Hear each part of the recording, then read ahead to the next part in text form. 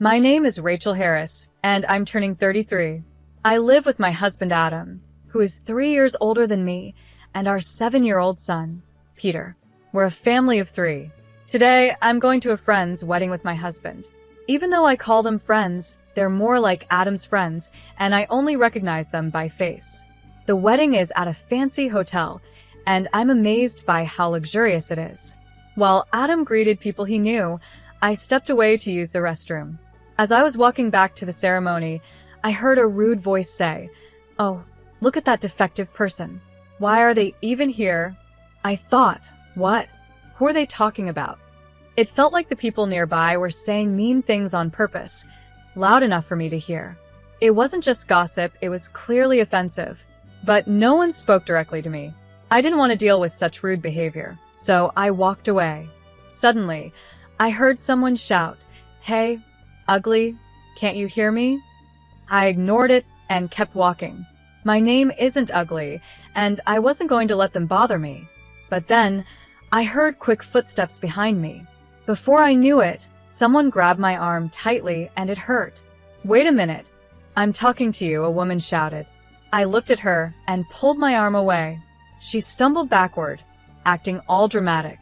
Another woman rushed over to help her, giving me a dirty look. "Lauren, are you okay? Why are you being so rough?" she asked, glaring at me. What's going on? Who are you?" I asked, confused. She snapped back. "Who am I? You really don't remember me, do you? How rude."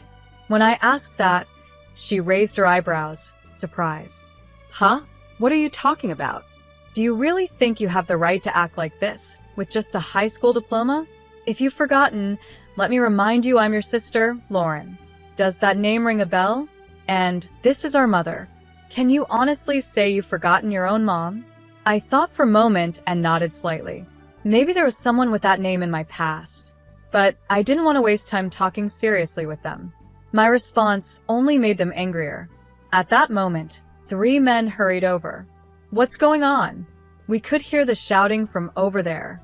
Lauren, aren't you ready yet? You're still in your regular clothes, you need to change for the wedding," one of them, who she called Dad, said.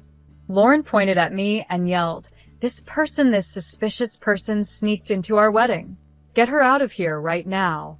The 3 men reacted very differently. The one she called Dad looked at me with wide eyes and then a clear look of displeasure. The other man, Noah, froze in shock, his face turning pale. "Why is Rachel here on such a happy day?" Noah asked, his voice unsteady. "She must have snuck in by mistake, it's unbearable. Someone call security." "Wait, watch what you're saying," Noah quickly added, his face still pale. "This person is—" While the man called Dad agreed with Lauren, Noah tried to intervene. I muttered under my breath, "You really know nothing," but no one heard me. Just then, Adam appeared. "Rachel, there you are. I've been looking for you." Everyone turned to him. I smiled slightly and said, "Sorry, I got caught up with some strange people on my way back." I moved closer to Adam. He quickly assessed the situation, understanding it right away. Lauren's face changed when she saw me standing next to Adam, glaring at me with anger. Her parents still looked confused, not fully understanding what was happening. Noah was flustered and was the first to speak. "Mr. Harris, I apologize. My wife said something inappropriate." "I'm really sorry to your wife too." "Come on, Lauren, you should apologize as well," Noah said. "Why should I apologize?" Lauren shot back, pointing at me again. "She's the one who should be sorry. This disrespectful person barged into our special day. I don't know how she got here, but she's a disgrace to our family. We should have cut ties with her a long time ago and never seen her again." "Wait, family?" Noah looked shocked, glancing between me and Lauren. Just then, the 3 people called Dad and Mom stepped in. "Oh, Noah, we're so sorry. We have a difficult eldest daughter. It's embarrassing to even talk about her. We've managed to keep it a secret all this time. We kicked her out of the house 10 years ago. How did she even find out about Lauren's wedding? What does she want by coming here uninvited?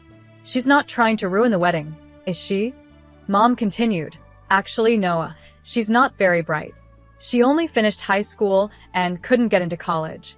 After that, She just wasted time doing part-time jobs, staying at home, and being a burden. She was like a parasite. She should be thankful we supported her through high school. So, why did she sneak into the weddings? Even though they treated me badly, I had cut ties with them a long time ago and didn't care about their insults. These people were, technically, my family, at least on paper. But my parents had always favored my younger sister, who is 7 years younger than me, and had ignored me for as long as I could remember. My father's family had been doctors for generations, and our home was also a clinic. My mother worked there as a nurse. To outsiders, our family probably looked like we had everything we needed. But in reality, it was a toxic home. I remember trying hard to win my parents' love when I was young, but I eventually gave up because their favoritism towards my sister made no sense to me. She was seen as attractive and I was not. Luckily, though it might sound strange, I was smart and did well in school. So I focused on my studies, aiming to leave home as soon as I could. Back then, I felt like I was just playing the part of the defective older sister in the family. I won't allow you to go to university. You're a defect by nature, and there's no way you could get in. Start working right after high school, become independent, and contribute financially to the house. You should be grateful we even raised someone as unattractive as you. You owe us for that. As for college expenses, we'll consider it for Lauren, but there's not a single cent for you. You'll spend your life serving us. Even if you get a job, it won't be anything important. This is what my parents told me during my senior year of high school. I actually recorded that conversation, along with many other times they verbally abused me or acted irrationally, and I still have those recordings today. My sister, Lauren, also treated me poorly, following our parents' example. She would often mock me, trying to prove she was better. I'm going to become a doctor and take over Dad's job in the future. I'll work hard enough for both of us, since my big sister can't.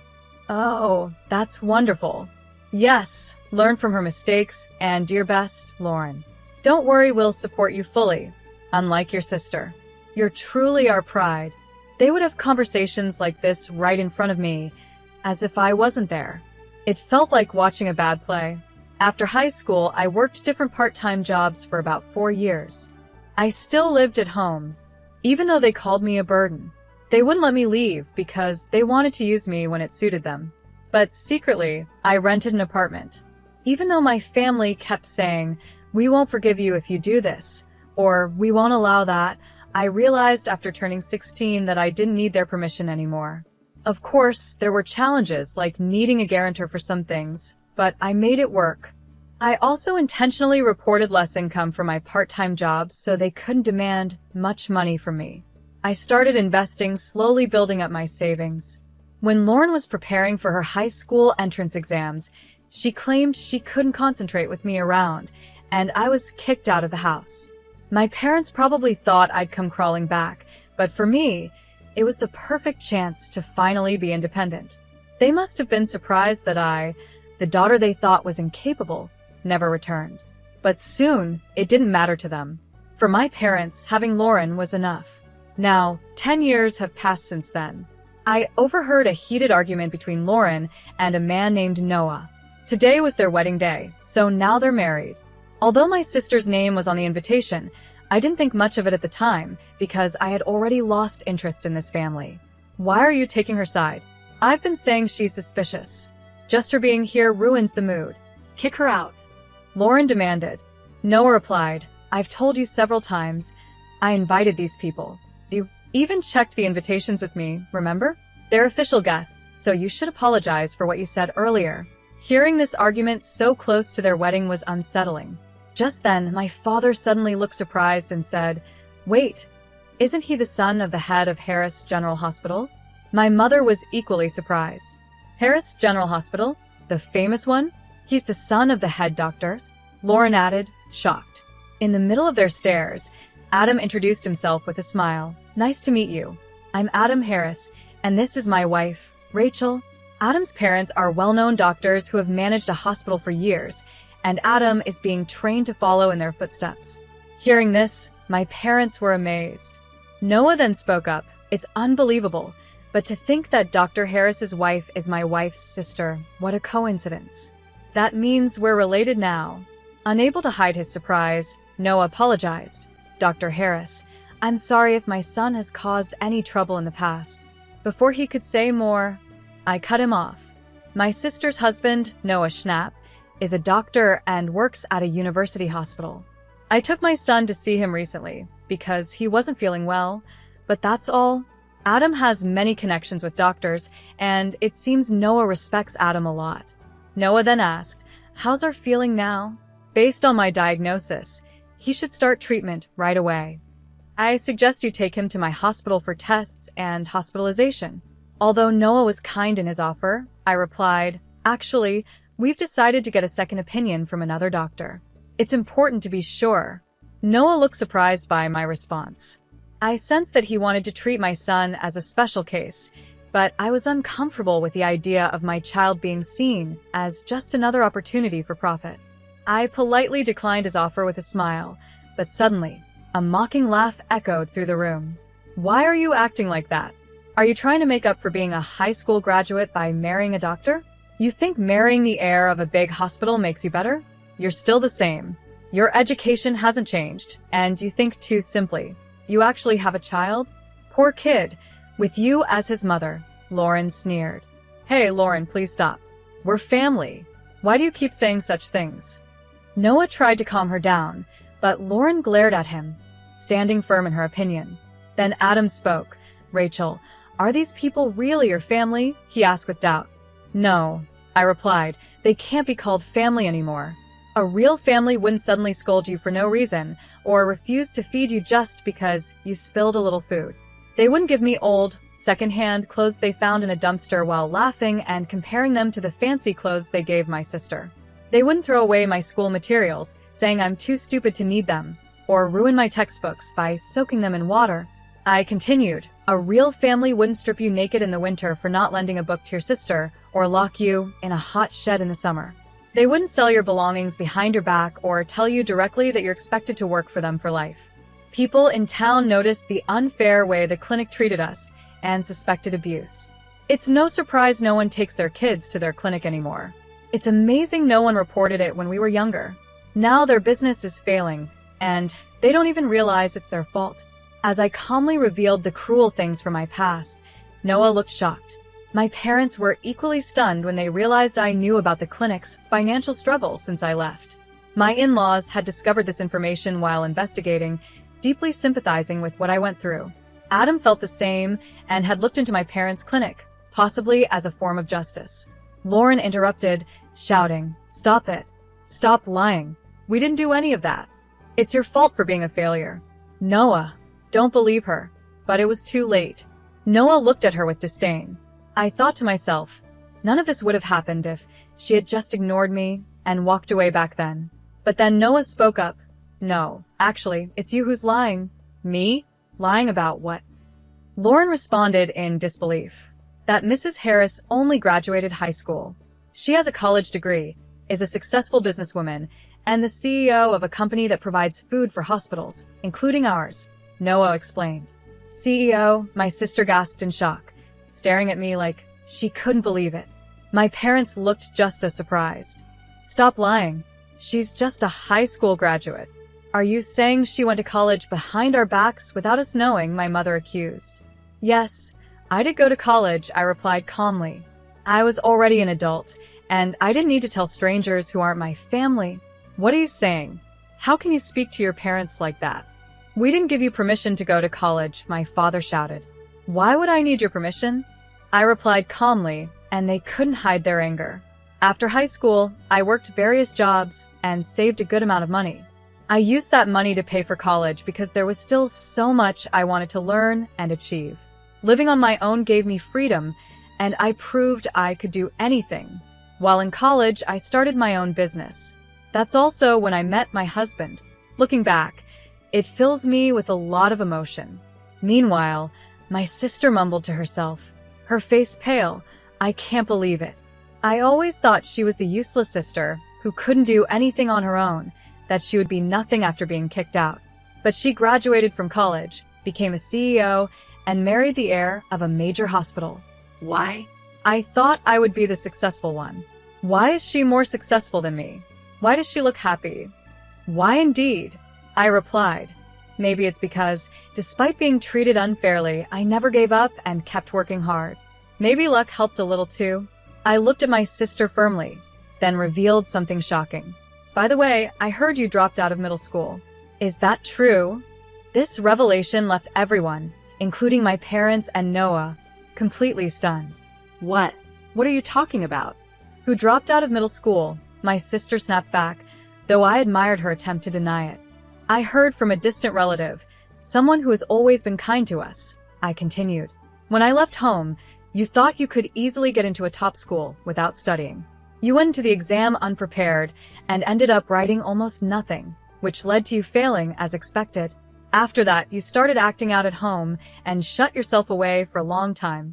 You only came back into society when our parents introduced Noah as a suitable husband for you, I explained. As I spoke, Noah's face grew more serious, while my parents and sister turned pale. The information came from a distant cousin on my father's side, who is known for being good at gathering details. Though we only met a few times when I was a child, he looked after me and even acted as my guarantor. You're lying. What are you talking about? My sister protested, trembling. But I continued. Actually, the claim that you work in medical administration is also false, isn't it? In reality, you don't have the qualifications and you're only doing basic tasks, not handling any real responsibilities. At least some professional ethics are being followed. Stop it. You're lying. All of it is false, she cried out. Maybe, I replied calmly. What I heard was just a rumor. Whether you believe it or not is up to you. At that, my sister quickly turned to Noah, studying his face. He looked doubtful, confused, and clearly disappointed. Lauren, you told us you graduated from a prestigious women's university, had qualifications, and were helping with your family's hospital. Was that all a lie? Falsifying your academic background is fraud. Have you deceived me? Noah asked her directly. No, Noah. Don't just believe her. You're my husband, you should trust me, she pleaded. Then name even one professor from the university you claim to have graduated from. He challenged her. Flustered, my sister struggled to respond. That's not important right now. Really? Well, let's call a professor from the department you said you attended. They're also a family friend and know us well, Noah proposed, ready to find out the truth. As he said this, Noah calmly picked up his phone. Please stop. That's not necessary, Noah, she pleaded, panicking. You trust me. That's enough. Lauren suddenly snatched Noah's phone from his hand and slammed it onto the floor. There's no need to check, just believe me, she shouted. Fueled by anger, she stomped on the phone with her high heels over and over, completely destroying it. Her face twisted in rage, almost like a monster, shocking Noah and everyone around. My parents tried to calm her down, but her anger wouldn't subside. The scene caught the attention of other guests and staff, who gathered around, concerned. The venue turned chaotic with the sudden outburst. Even though I was there, it felt like I was watching from a distance. I no longer felt any connection to my sister or my parents. My family now was just my husband and son. Shall we go home? I think we've done our part here, I said to Adam. He looked a little surprised and asked, Are we leaving already, Rachel? I smiled calmly. It's okay, let's go. Oh, and let's stop by the cake shop in this hotel and get some cake. I heard there's one that's really popular right now. Adam smiled and agreed. That sounds like a good idea. Let's pick up a cake on the way home. We left the venue with a light laugh. Later, I heard that Noah got involved in a lawsuit for giving false diagnoses and overcharging patients. After that, my former parents, facing serious financial trouble, tried to reach out to me for help. Not knowing how to contact me, they showed up at the hospital where Adam works, hoping to see us. She's the daughter-in-law of the hospital heir. She's our daughter. Let us see her right away. Contacting the son of the hospital director will solve our problem. We're in big trouble, and we need her help. After all, we raised her, so it's only natural for her to support us, they loudly proclaimed at the reception, causing a scene. But it wasn't Adam or me who responded, it was my parents-in-law. With a firm look, they asked, What business do you have with our daughter?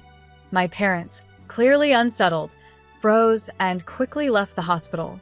They tried to reach out several times after that, but they never focused on fixing their own problems. Eventually, their hospital had to close down. When I heard about the closure of my parents' hospital, I didn't feel much emotion. Instead, I felt a sense of relief, like they were finally facing the consequences of their actions. It was one of the most refreshing moments for me. Later, I learned that Lauren and Noah had divorced. I was surprised their marriage had even lasted a few months. The lawsuit Noah was involved in, along with his dismissal from the hospital, must have seriously damaged their relationship. Lauren always seemed determined to outdo me and find greater happiness, but she kept making bad decisions. Her first mistake was starting an affair with an older, married doctor, thinking it would help her gain a better position. But when the affair was discovered, the doctor's wife demanded compensation, and it became a big issue. Desperate, Lauren turned to our parents for help, but they disowned her, calling her a disgrace to the family. I don't know what happened to her after that, but she had struggled since failing her high school entrance exams and had spent a long time isolated at home. She ended up working in shady places, facing many hardships that affected her health, and eventually left her homeless. Hearing these stories made me lose interest in her completely. Meanwhile, my former parents, now nearing retirement, are struggling to find jobs as doctors or nurses. No hospital will hire them because of their bad reputation, which likely stems from how they treated me and others in the past. They are just people from my past now, and I no longer think about them. As for my son, I'm happy to say that after being checked at another medical facility, he no longer needs to be hospitalized, and his condition has improved greatly with the right medication. I'll continue to do everything I can to protect my family